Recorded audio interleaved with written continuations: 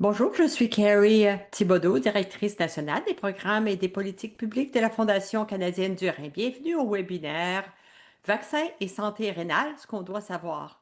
J'aimerais reconnaître le territoire autochtone sur lequel nous nous trouvons, inspiré par les 94 recommandations d'action formulées par la Commission Vérité et Réconciliation. Les reconnaissances territoriales constituent une première étape nationale pour honorer les occupants originaux du lieu. Elles aident également les Canadiens à reconnaître et à respecter les croyances inhérentes des peuples autochtones en matière de parenté avec la terre, d'autant plus qu'ils sont là depuis longtemps. Je reconnais avec gratitude et respect que je participe à cette réunion du territoire de Wandanoze, Wendat et les Anishinabés.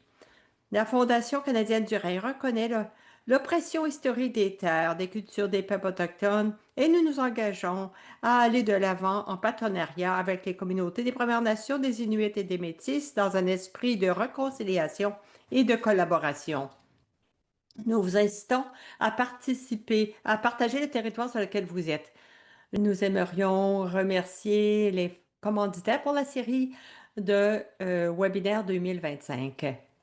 Leur soutien nous permet d'offrir des possibilités éducatives significatives et de donner aux gens les moyens de mieux gérer leur euh, santé rénale.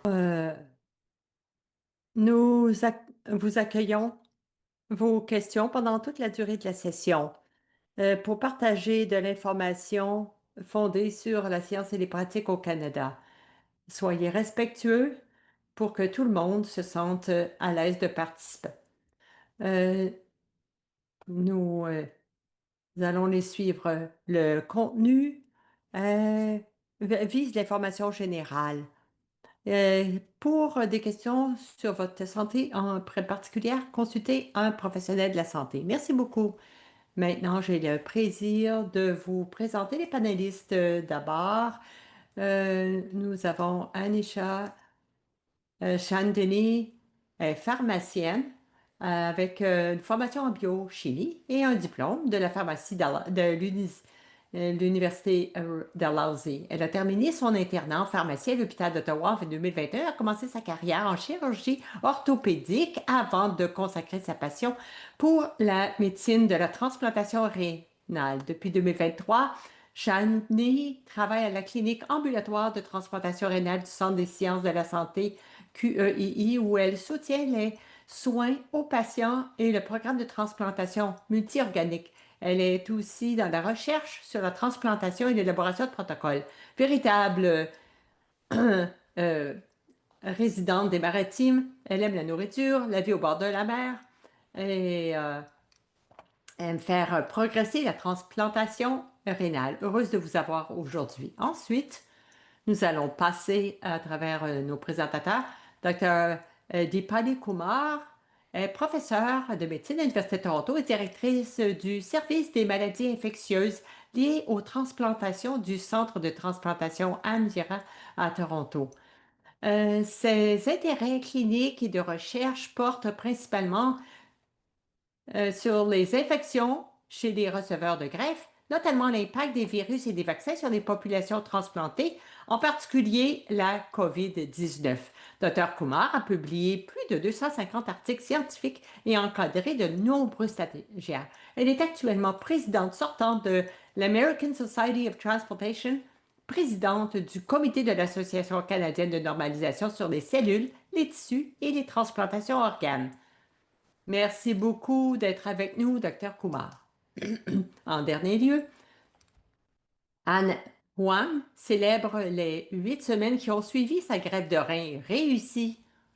Elle vit avec une maladie rénale depuis l'âge de 21 ans et connaît bien l'importance de se tenir à jour dans ses vaccins.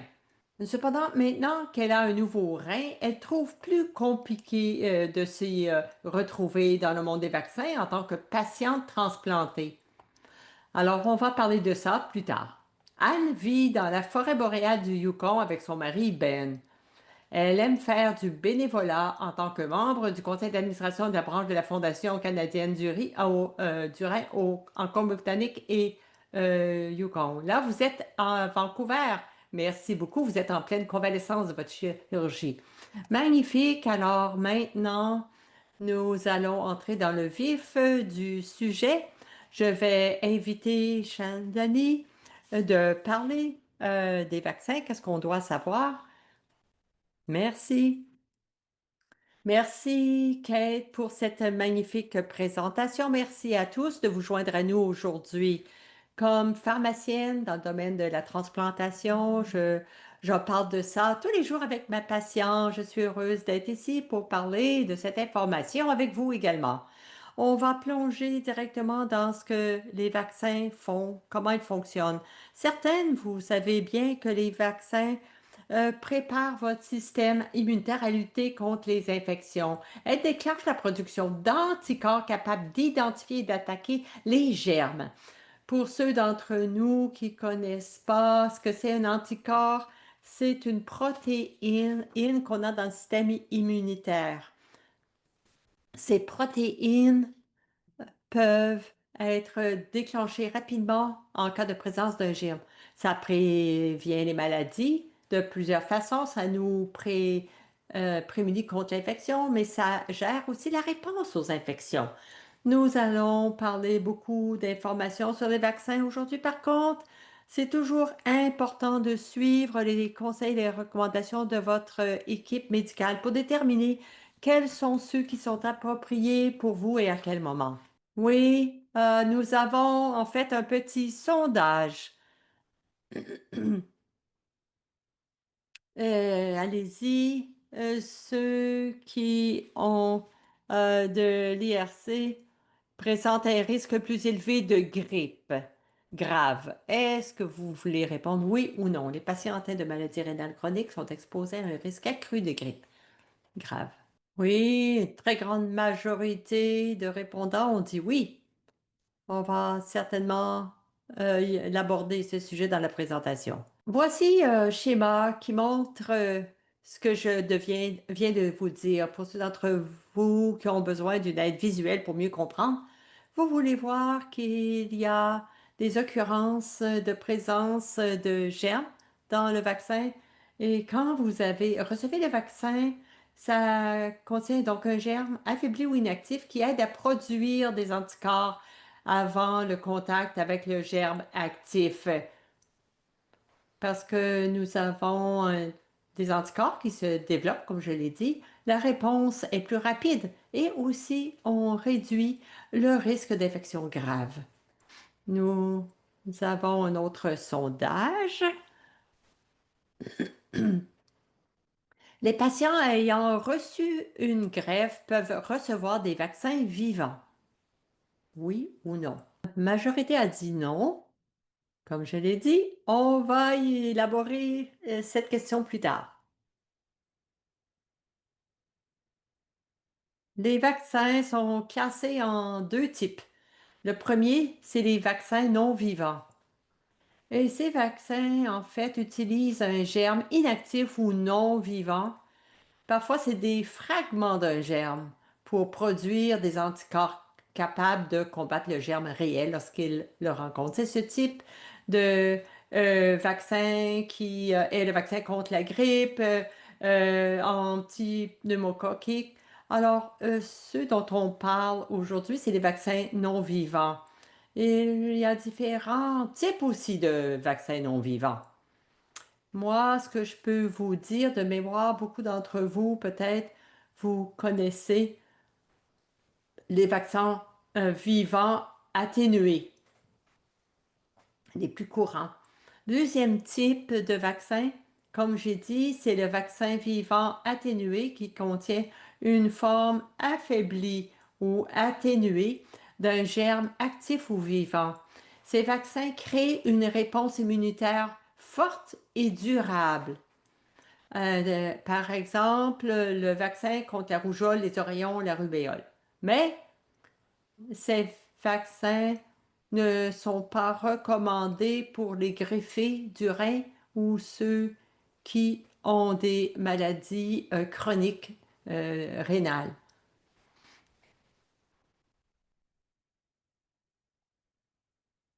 On a parlé des différents types de vaccins. Il y a des vaccins qui exigent éventuellement plusieurs doses ou des rappels, comme on le dit ici. Parfois, les vaccins s'atténuent leur efficacité au fil du temps, donc on a besoin de rappels. Parfois, les vaccins ont besoin de plusieurs doses afin de devenir efficaces. Parfois, nous avons des types de vaccins qui exigent un rappel ou une mise à jour annuelle, comme les vaccins de la grippe. Donc, le type de virus peut changer.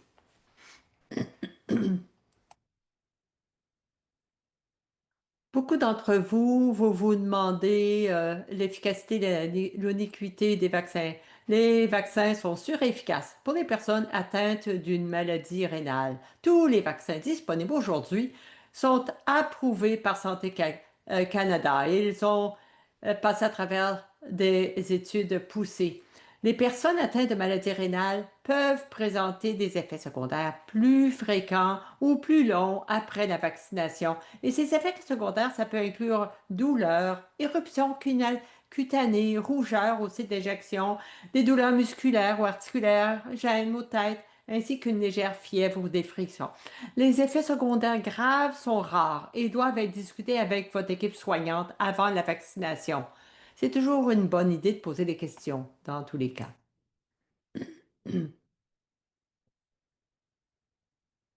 Maintenant, les vaccins vivants pour couvrir tout. Comme on l'a dit, ces vaccins vivants produisent une réponse immunitaire très forte. Ils ne sont pas recommandés pour des personnes dont le système immunitaire est affaibli. Pourquoi? C'est parce que les médicaments pris par les receveurs de greffe ou les personnes atteintes de maladies chroniques peuvent affaiblir le système immunitaire. Le contact avec le germe actif qui sont contenus dans le vaccin vivant peut en fait augmenter le risque d'effets secondaires liés au vaccin, y compris les maladies incluses dans le vaccin comme tel. Les vaccins non vivants sont généralement sûrs et efficaces pour des personnes atteintes de maladies graves, d'une insuffisance rénale ou ayant subi une greffe.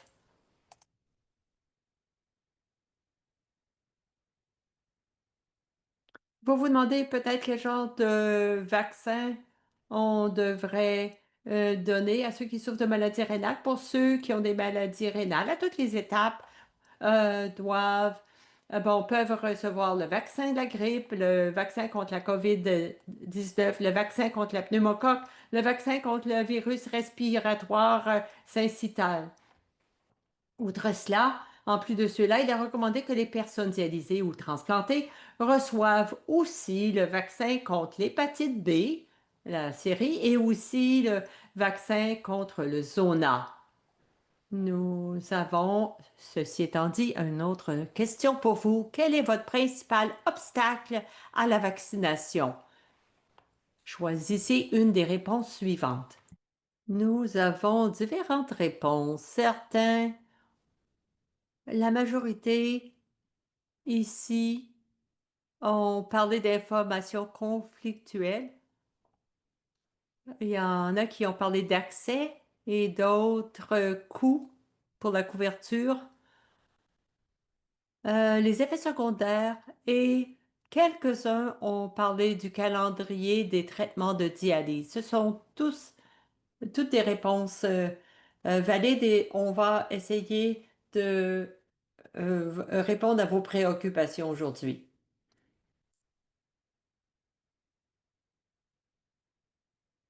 D'autres faits que nous aimerions apporter ici. Vous savez que les maladies rénales et la dialyse affaiblir votre système immunitaire au fil du temps. Donc, certains vaccins peuvent être moins efficaces chez les personnes dont le système immunitaire est plus faible. J'ai une analogie que j'aime utiliser pour le décrire. Quand on parle euh, aller à un euh, magasin en hiver, on a un manteau, un chapeau et peut-être avec un vaccin, c'est qu'on a en plus le foulard et les bottes. Si on pense à quelqu'un qui a un système immunitaire moins efficace ou affaibli, on peut avoir seulement un petit chandail pour aller. dehors. Et avec le vaccin, peut-être que vous n'aurez pas votre euh, foulard, vos bottes, mais vous avez votre manteau. Donc, la morale de l'histoire, c'est que même si c'est pas efficace à 100%, de toute façon, les vaccins ne le sont pas en général, il y a quand même une certaine part de protection avec le vaccin. Ceux qui sont atteints de maladies rénales ou d'une insuffisance rénale peuvent avoir besoin d'une dose plus élevée ou supplémentaire d'un vaccin. Et aussi, votre famille et vos amis peuvent réduire vos risques d'infection en se faisant vacciner. Maintenant, comment votre famille ou vos amis peuvent vous aider? Ceux qui sont dans votre cercle proche doivent se faire vacciner. Pour certaines personnes, c'est sensible ce sujet de la vaccination. Donc, il y a d'autres choses que vous pouvez mentionner à vos amis. C'est que s'ils sont malades, s'éloigner des autres, reporter leurs projets. Ils doivent se laver les mains régulièrement, les désinfecter ou essayer de ils doivent comprendre que s'ils ne se sentent pas à l'aise dans un environnement et risquent d'être exposés à des germes, vous n'avez pas nécessairement à être près d'eux. D'autres façons d'être en santé, c'est toujours recommandé. Outre la vaccination, des points importants, surtout pour ceux qui ont eu une greffe, c'est de porter un masque. Se laver les mains, s'assurer qu'on assure une distance sociale selon les besoins, surtout avec les amis et les membres de la famille, et maintenir un mode de vie sain, régime, exercice.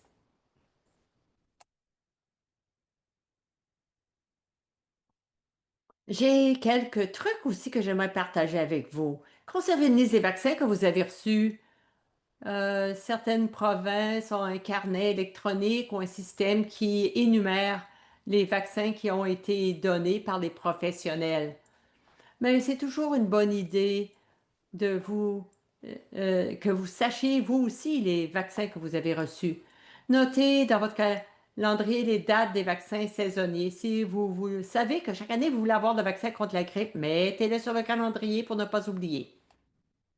Parlez à votre équipe soignante du calendrier vaccinal, en particulier en cas de dialyse ou de transplantation. Souvent, c'est recommandé avant ou après la transplantation. Parlez de la gestion de la douleur, si ça vous préoccupe. Si vous n'aimez pas être vacciné, je suis certaine que l'équipe va vous aider. Et exprimez-vous honnêtement sur vos opinions, vos expériences concernant les vaccins. Cette personne euh, euh, peut vous rassurer. Nous avons aussi beaucoup d'expérience avec des patients qui sont tout à fait mal à l'aise. Alors, faites confiance à votre équipe soignante et parlez-en. Et maintenant, c'est pas moindre, la couverture des vaccinales, en fait, la couverture des frais, ça peut varier évidemment d'une province à l'autre. Donc, c'est toujours une bonne idée de vérifier avec votre équipe pour savoir quels vaccins sont couverts ou pas. C'est une bonne idée aussi de vérifier avec votre assurance maladie privée parce que certaines compagnies peuvent assumer les frais des vaccins aussi. Voici la dernière diapo. On a un autre sondage à partir de l'information que je viens de vous donner. Quel vaccin vous occasionne le plus de doutes et pourquoi? On ne peut pas voir les réponses, mais on va en parler. J'espère que euh, ça va vous rassurer. Denis, merci beaucoup. On va en parler sous peu. Merci beaucoup d'avoir partagé l'information sur les vaccins, la santé des reins. J'apprécie beaucoup que vous ayez pris le temps. Beaucoup de questions, de bonnes questions qui arrivent. On va vous revenir sous peu. Maintenant, avant de plonger dans le vif de ces questions, on veut avoir un échange en table ronde. J'invite Anne, un docteur Kumar, pour avoir un petit échange. Anne, vient de recevoir une greffe. Il y a des professionnels. Merci beaucoup à tout le monde d'être ici. Est-ce que ça vous allez, Anne? Merci, je vais très bien, très, très bien. Magnifique. On est heureux que vous soyez ici avec nous. Ça fait quand même plusieurs années que maintenant vous avez eu la greffe. Euh, Est-ce que vous avez des questions pour nos panélistes aujourd'hui? Oui, merci beaucoup. La première question, c'est est-ce qu'on est immunosupprimé à cause des médicaments anti-rejet? Est-ce qu'on peut avoir des effets secondaires plus graves? Vous en avez parlé un petit peu là, mais voilà ma première question. Ah bon, alors je vais peut-être répondre à cette... Ah, d'abord, félicitations aussi. J'espère que vous vous sentez bien. C'est une très bonne question. Comme vous savez, quand on a une greffe, il faut prendre des médicaments anti-rejet. C'est presque pour la vie. Et ces médicaments évitent évidemment le rejet, réduisent évidemment le système immunitaire, l'affaiblissent un peu. Mais en ce qui concerne les effets secondaires des vaccins, dans la littérature médicale, nous n'avons pas relevé de différence majeure du côté des effets secondaires, que vous preniez des médicaments immunosuppresseurs ou anti-rejet ou non. Alors, je dirais que si vous devez avoir un vaccin, vous allez avoir à peu près les mêmes effets que les autres. Ah, intéressant, merci beaucoup. Ça me rassure un peu. Deuxième question. Euh, Avec les médicaments immunosupprimés, comment est-ce que ça fonctionne, le vaccin? Le système immunitaire, en fait, c'est absolument magnifique. Vous savez, là, on a des greffes, on supprime un peu, on a des immunosuppresseurs. Donc, quand on a un vaccin, c'est logique que le vaccin ne va pas être 100% efficace, aussi efficace que si vous ne preniez pas d'immunosuppresseurs. Ce que j'aimerais vous dire, par contre, c'est qu'une protection partielle, c'est mieux qu'aucune protection. Encore une fois, ce qu'on a constaté dans les études, dans la recherche, c'est que même si le vaccin ne vous protège pas à 100%, de la grippe, de la COVID. Il vous protège des effets graves de l'infection. Voyez? Alors, ça vous protège quand même des soins intensifs. Ça va éviter une longue infection prolongée à la suite de ces... Donc, la protection partielle, c'est mieux qu'aucune protection. Et j'aime bien aussi ton analogie de sortir l'hiver. J'ai d'autres questions. Ensuite, après la transplantation, à quel moment est-ce que c'est sûr, c'est plus sécuritaire d'avoir des vaccins? Ah, la sécurité, c'est pas un problème, vous savez, en matière de vaccins après une greffe. C'est sécuritaire d'avoir un vaccin à n'importe quand après une transplantation, n'importe quel vaccin inactif. Vous avez entendu, j'imagine, la recommandation de retarder un peu la vaccination après la greffe. Mais la raison, c'est parce qu'on veut que le vaccin soit le plus efficace que possible, de sorte que certains vaccins peuvent être pris à peu près un mois après la greffe. Ça inclut le vaccin contre la COVID, l'influenza. D'autres vaccins, on dit, bon, attendez de 3 à 6 mois après la greffe. Ça, c'est essentiellement le vaccin contre les pneumocoques, etc. Mais après 3 à 6 mois après la greffe, le, l'effet important d'immunosuppression s'est estompé un peu et les vaccins sont aussi efficaces. Oh, très utile. Quatrième question. On nous dit de pas avoir certains vaccins. Pourquoi est-ce que c'est important? Jean-Denis, il a dit dans sa présentation, le vaccin vivant a une forme affaiblie du virus. Donc, pourquoi ne pas avoir de vaccin vivant? C'est que dans la situation habituellement, si vous avez un vaccin vivant, vous pouvez avoir une forme réduite du virus. Si votre système est faible, le corps peut-être sera pas en mesure euh, de gérer une forme même affaiblie du virus. Il pourrait se proliférer et causer la maladie pour laquelle il a été injecté. Donc, c'est important. Si votre système immunitaire est faible, parlez à votre médecin parce que notre système immunitaire, tout le monde varie, hein, ça varie pour tout le monde. Même si vous prenez le même médicament, ça varie d'une personne à l'autre. Donc, parlez à votre médecin pour voir si les vaccins vivants, ça vous convient. En général, après la greffe, on recommande de les éviter. Merci. Alors, consultez l'équipe soignante toujours. Oui. Ma dernière question. Après une greffe, là maintenant, euh, les, j'aime beaucoup voyager. C'est important pour moi. Est-ce que je peux...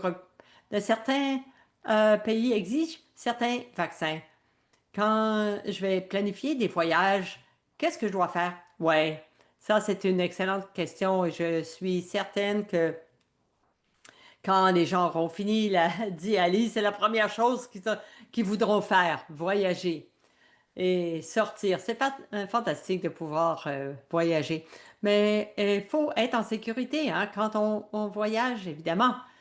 Il y a des choses de façon générale que je dis avant de parler de vaccin, comme se laver les mains, avoir un désinfectant en main avec vous, porter un masque dans les endroits où il y a des foules et aussi sachez où vous allez et combien de temps vous allez, pendant combien de temps vous y allez.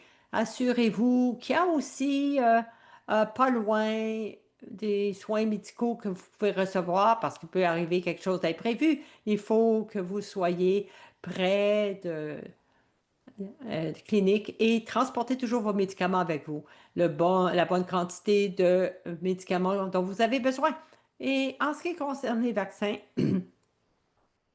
si vous êtes à jour, dans tous vos vaccins, COVID, grippe, pneumocoque,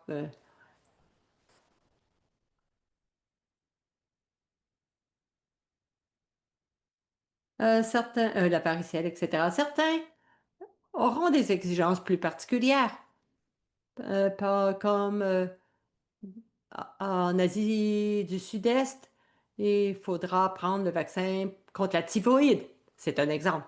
Si vous allez dans un endroit où il y a beaucoup de moustiques, faut avoir une certaine prévention de la malaria. Certains pays, comme des régions subsahariennes en Afrique et en Amérique du Sud, ils exigent un vaccin contre la fièvre jaune. C'est un vaccin vivant, donc il faut l'éviter si vous avez une greffe.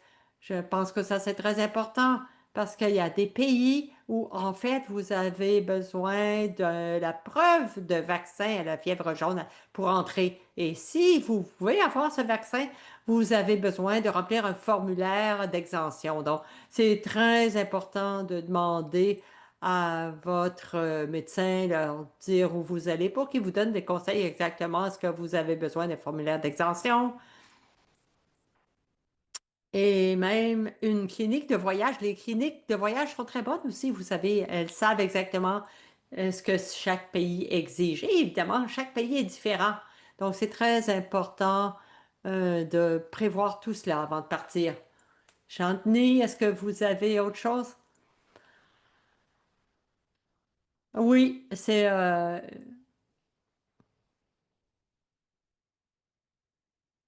je recommande si, certains vaccins qui sont recommandés.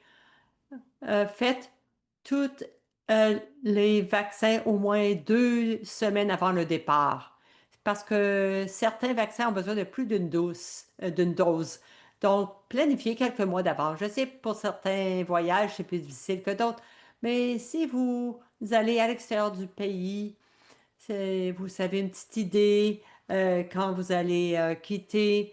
Essayez de prévoir, de planifier pour recevoir des vaccins d'avance. Et j'allais dire aussi aller dans une clinique de voyage. Ça, c'est très utile parce qu'ils sont excellents. Ils pourront vous donner toutes les recommandations selon les destinations particulières. Oui. Des idées magnifiques. Merci beaucoup pour les questions. Je pense que des éléments aussi, c'est que même d'aller dans les cliniques de voyage, ça c'est important. C'est toujours bon de voir, d'en assimiler, parler à l'équipe médicale et s'assurer aussi, surtout avec les vaccins vivants, non vivants, bien comprendre ce dont il s'agit et prendre tout le temps nécessaire avant de voyager. Je sais que Anne, vous avez des projets de voyage excellents. C'est magnifique. Nous avons quelqu'un qui a un enfant qui a reçu une greffe. Il y a des enfants qui reçoivent des vaccins après une greffe. Est-ce qu'il y a des différences entre adultes et enfants qui reçoivent des vaccins après une greffe? Je suis pas pédiatre, mais je vais essayer de répondre. Les vaccins pour les enfants. En fait, idéalement, faudrait recevoir des vaccins avant la greffe. S'assurer que l'enfant doit recevoir une greffe a reçu tous les vaccins. Parce que c'est tellement plus simple après la greffe. Et les enfants vont à l'école, vous savez, jouent avec d'autres enfants. Donc, les virus respiratoires, on sait très bien que ça circule beaucoup dans les groupes d'enfants. J'ajouterais que les vaccins pour les virus respiratoires, COVID, etc. Ça, c'est très important après la greffe pour les enfants. Mais gardez vos vaccins à jour pour tous les vaccins recommandés. C'est peut-être le meilleur conseil. C'est très important pour les enfants. Ben, les adultes aussi. Oui, c'est sûr. Bon point. Merci beaucoup. Travailler avec l'équipe aussi. Et c'est la saison. La température change. Et même pour les adultes, hein. Bon, gardez tous ces trucs. Merci beaucoup. Lavez les mains, portez un masque. Un bon rappel.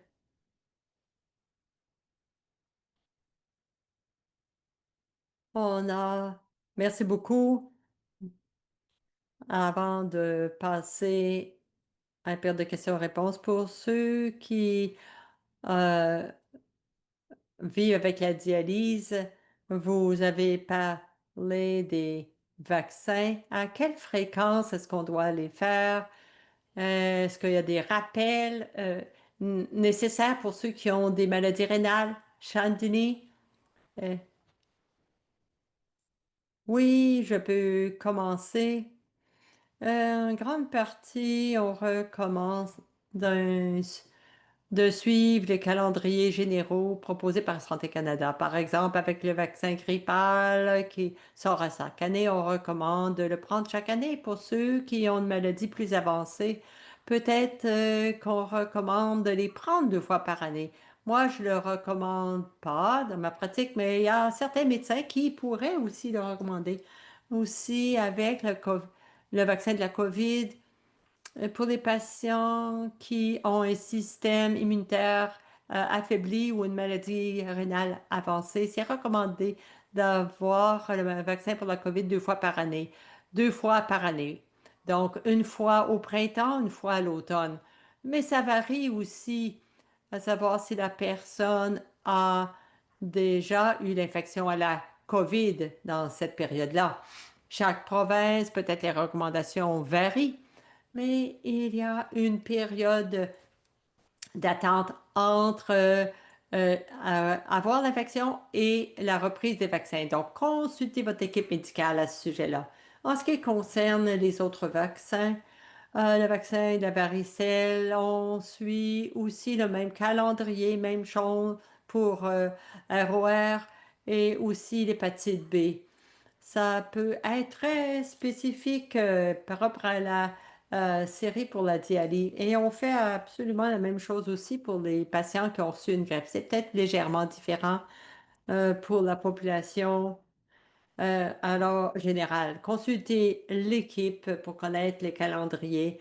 Docteur Kumar, je suis d'accord avec tout ce que vous avez dit. J'ajouterai qu'il y a quelques nouveaux vaccins de pneumocoque disponibles. Si les gens ont reçu l'ancien vaccin de pneumocoque, pourraient en parler au médecin pour voir s'ils ne sont pas admissibles pour ce nouveau vaccin. Oui, magnifique. Et comme on l'a dit, ça dépend de la province ou du territoire de résidence. C'est bon de savoir. Et aussi, ça peut évoluer, n'est-ce pas?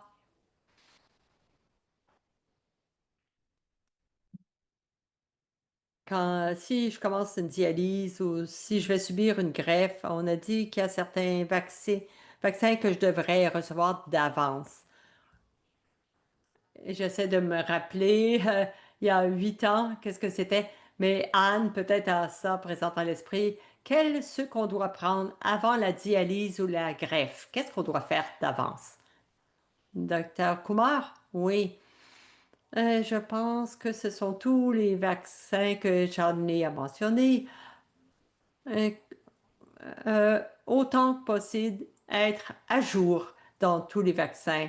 Le pneumocoque, l'hépatite B, varicelle évidemment, et respiratoire. Le COVID, grippe et ROR. S'assurer que ces principaux vaccins sont à jour. Peut-être que j'en ai oublié, mais ce sont les principaux.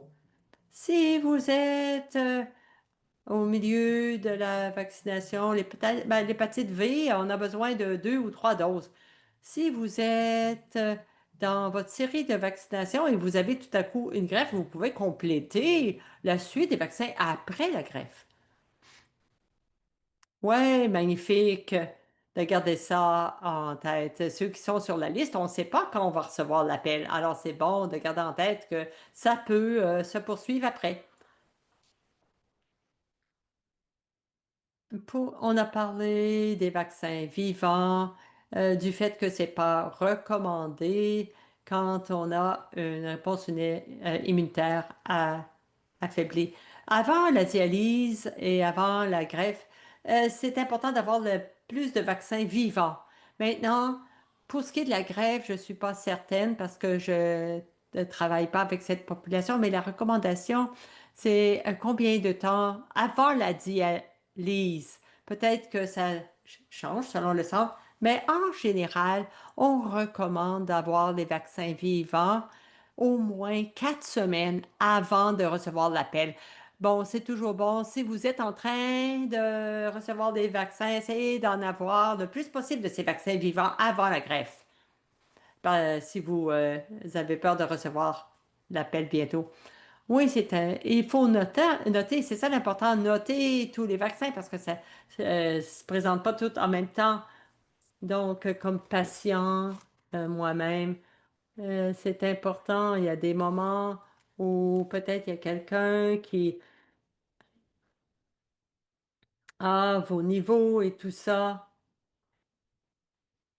Donc, on veut me donner un rappel. J'ai dit, ah, un instant, un instant.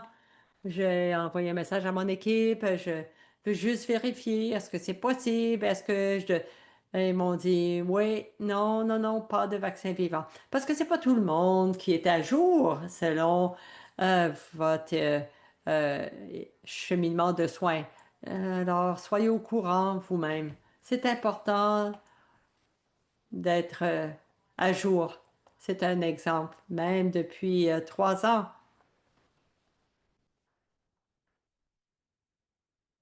Avant, euh, on a commencé à répondre à ces questions au fur et à mesure, mais la dernière question de sondage qu'on vous a envoyé, un des résultats les plus populaires, les préoccupations sont des questions dont elles sont pas. C'est le vaccin contre la varicelle et contre la COVID. Docteur Kumar, est-ce que je peux commencer avec vous? Vous avez certainement beaucoup de connaissances sur le vaccin de la COVID. Peut-être il y a des gens qui ont des préoccupations. Qu'est-ce que vous pouvez partager qui pourrait répondre à ça? Ce qu'on connaît. Je vais parler de la COVID d'abord. Selon la recommandation actuelle sur le vaccin contre la COVID, si votre système immunitaire est affaibli, c'est de le recevoir tous les 6 mois, 2 fois par année. Ce qu'on sait, c'est que les variants changent de la COVID. Ça change tous les quelques mois. Il semble y avoir un nouveau variant de la COVID. C'est comme une soupe à l'alphabet à un moment donné. Alors, le vaccin, par exemple, qui va être offert à l'automne, touche un variant de la COVID qui est la cause aussi d'autres variants qui circulent. Je dirais garder l'œil ouvert quant aux nouveaux variants un nouveau vaccin qui pourrait inclure ça. Et souvent, c'est à l'automne, c'est un peu le modèle qu'on voit. Les nouveaux vaccins sortent à l'automne. Donc, c'est recommandé tous les 6 mois. Pourquoi? Parce que l'immunité euh, réagit rapidement après. Au bout de 6 mois, le corps finalement est prêt à recevoir un autre rappel. C'est ce que je dirais sur le vaccin contre la COVID. On a parlé beaucoup de la COVID. Ça peut être très grave, les symptômes, si jamais vous êtes immunosupprimé. On a vu des gens qui aboutissaient à soins intensifs ou qui ont eu des infections graves aux poumons. Donc, moi, je pense que la COVID, c'est un des vaccins importants à recevoir. Maintenant, Shandy, est-ce que vous avez un complément de réponse? Il y a beaucoup d'informations qu'on voit dans les médias, mais c'est important, comme je l'ai déjà mentionné, Euh, quand vous voyez quelque chose qui vous inquiète, parlez tout de suite à votre équipe médicale. Très souvent, on a des chiffres, des données sur des effets secondaires et on pourra atténuer vos préoccupations et on pourra vous donner les faits. Donc, certainement, on reçoit une tonne d'informations de nos jours. Tout ce que vous voyez qui puisse vous préoccuper au sujet du vaccin contre la COVID, parlez à votre équipe soignante. Oui, c'est très important de parler à quelqu'un en qui on a confiance, par opposition à lire des tweets ou des messages sur Internet de quelqu'un d'inconnu. C'est très important de parler à un, un- un soignant pour avoir d'informations exactes. Et ensuite, vaccin contre la varicelle. Oui, on dirait que les gens sont pas certains de celui-là. Il semble y avoir aussi des changements à ce niveau-là depuis les dernières années. On voit de plus en plus qu'il est recommandé. Est-ce que vous avez des réponses? La varicelle, euh, c'est euh, c'est des éruptions cutanées qui peuvent être douloureuses si on l'a sur le visage. Vous aimerez pas ça? On le voit de plus en plus. Et je pense que on le voit parce que la population, de façon générale, vieillit, stressée. euh,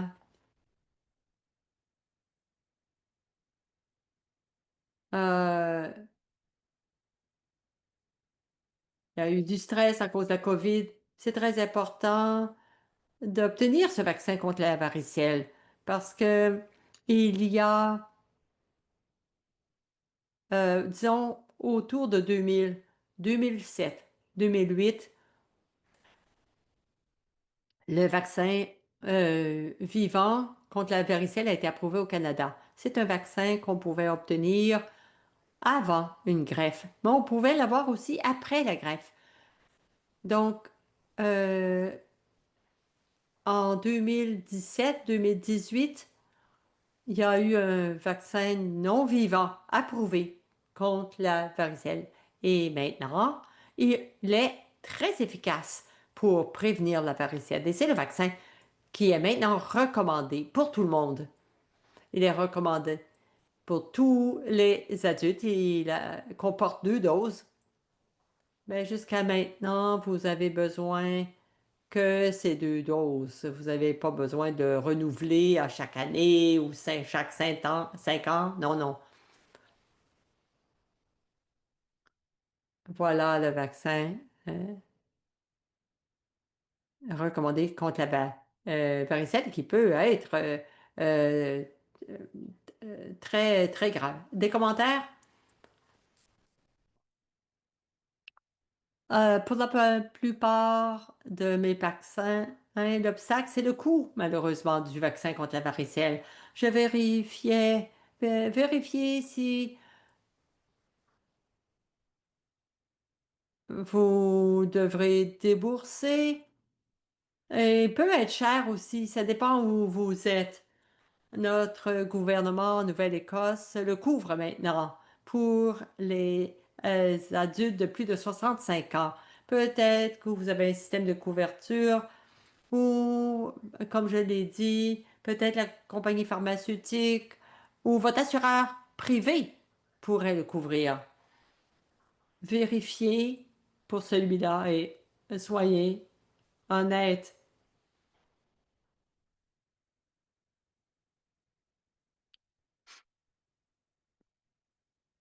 On a commencé à répondre à ces questions qui arrivent. Au bas de l'écran Zoom, il y a Q et R. Posez vos questions là. Et si les vaccins déclenchent des anticorps, est-ce que c'est plus difficile alors d'avoir une greffe? Docteur Kumar? Les anticorps déclenchés par les vaccins sont spécifiques. C'est des anticorps très précis par rapport au virus ou à la bactérie que le vaccin doit prévenir. Donc, il n'y a pas de réaction croisée avec d'autres anticorps, disons, qui pourraient nuire à vos chances d'avoir une greffe. De rien, je pense que ça a été très bien démontré dans la littérature médicale. Les anticorps sont très spécifiques aux bactéries ou aux virus couverts par le vaccin, par opposition aux reins. Non, il ne devrait pas y avoir d'enjeu de ce côté-là pour avoir des vaccins avant la greffe. Ah, ça aussi, c'est très rassurant. Je sais qu'on a parlé du vaccin contre la rubéole et tout ça. Est-ce qu'il n'y a pas, il y a des, est-ce que c'est recommandé au-delà de certains âges? Et quels sont les avantages d'avoir ce vaccin? Docteur Kumar pourra en parler davantage. Ce vaccin contre la rougeole, oreillon et rubéole, quand la COVID, pour ce virus, il affecte en général les plus jeunes, les beaucoup plus jeunes. Par exemple, tout petits enfants. Au moment de la COVID, quand c'est arrivé, les gens prenaient une distance sociale, prenaient leur masque. On a vu une augmentation dans euh, euh, ces manifestations de rougeole. Ceux de plus de 25 ans et aussi les très très jeunes enfants, c'est ceux qui sont les plus sensibles et pourront être infectés au ROR. rougeole, oreillon, rubéole. Moi, je recommande ce vaccin, surtout pour les plus âgés, mais je ne décourage pas quelqu'un qui a moins de 65 ans, qui veut l'avoir et qui peut se le permettre, il peut très bien le recevoir. Docteur Kumar? Oui, je pense que maintenant nous avons des données qui montrent l'effet de ce vaccin dans les plus jeunes, on veut dire moins de 65 ans, de 18 à 49 ans, disons, dans ce groupe d'âge. Le vaccin est aussi efficace, le vaccin contre la rougeole, l'oreillon, rubéole. Parfois, il s'agit de coûts, disponibilité, ce qui est couvert. J'aime bien ce que j'en ai, dépendant de ce que vous... Mais essayez de voir l'information et décidez de vous-même qu'est-ce que c'est que si vous voulez aller de l'avant ou pas. Le temps file. Quelques mots rapidement. Est-ce qu'il y a une différence euh, entre être vacciné pour la dialyse PD ou l'hémodialyse? Quand on regarde les données, les anticorps, il n'y a pas de différence que vous soyez en dialyse PD ou hémodialyse. Ces vaccins vont fonctionner aussi bien, quelle que soit la forme de dialyse que vous recevez. On n'a pas réussi à répondre à toutes les questions aujourd'hui, je sais, mais si vous voulez vraiment avoir de l'information sur une question, on vous incite fortement à nous envoyer un courriel à kidneyprogramskidney.ca et on pourra vous revenir. D'abord, merci beaucoup. Merci à nos magnifiques panélistes qui se sont joints à nous aujourd'hui, partager leurs histoires, leurs questions, l'information. Merci beaucoup à nos panélistes. C'est très apprécié.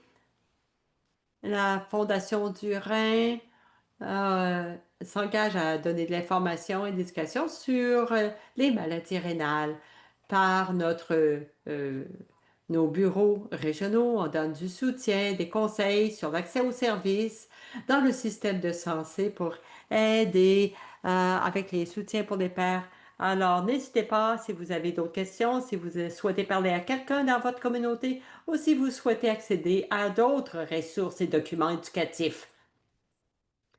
Euh, et il y a aussi une fiche d'information sur les vaccins. Le contenu aujourd'hui y figure et nous allons mettre le lien direct dans le chat. À la fin du webinaire aujourd'hui, votre ordinateur ouvrira une nouvelle page vous demandant de remplir une enquête de satisfaction sur le webinaire. Vos commentaires, c'est important pour nous pour améliorer nos séries de webinaires et nous vous serions reconnaissants de prendre quelques instants pour l'accomplir. Le sondage est disponible en français et en anglais. Vous trouverez le bouton pour changer de langue dans le coin supérieur droit de l'écran. Maintenant, je vais passer la parole à Carrie pour les mots de clôture. Merci beaucoup, Cade, au nom de la Fondation du Rhin. Merci beaucoup d'avoir participé au vaccin aujourd'hui, vaccin et santé rénale. J'espère que vous avez trouvé ça utile. Avant de quitter, nous vous invitons à dire que nous avons deux webinaires magnifiques que nous avons. Cliquez sur le lien pour vous y inscrire. Un, ça s'appelle comment participer, communauté toire et santé rénale. Nous avons une démonstration de cuisine avec Anna Olson, un chef. Et ça, ce sera le 16 octobre, les deux à midi. Ça va être des magnifiques webinaires. Merci beaucoup et bonne journée.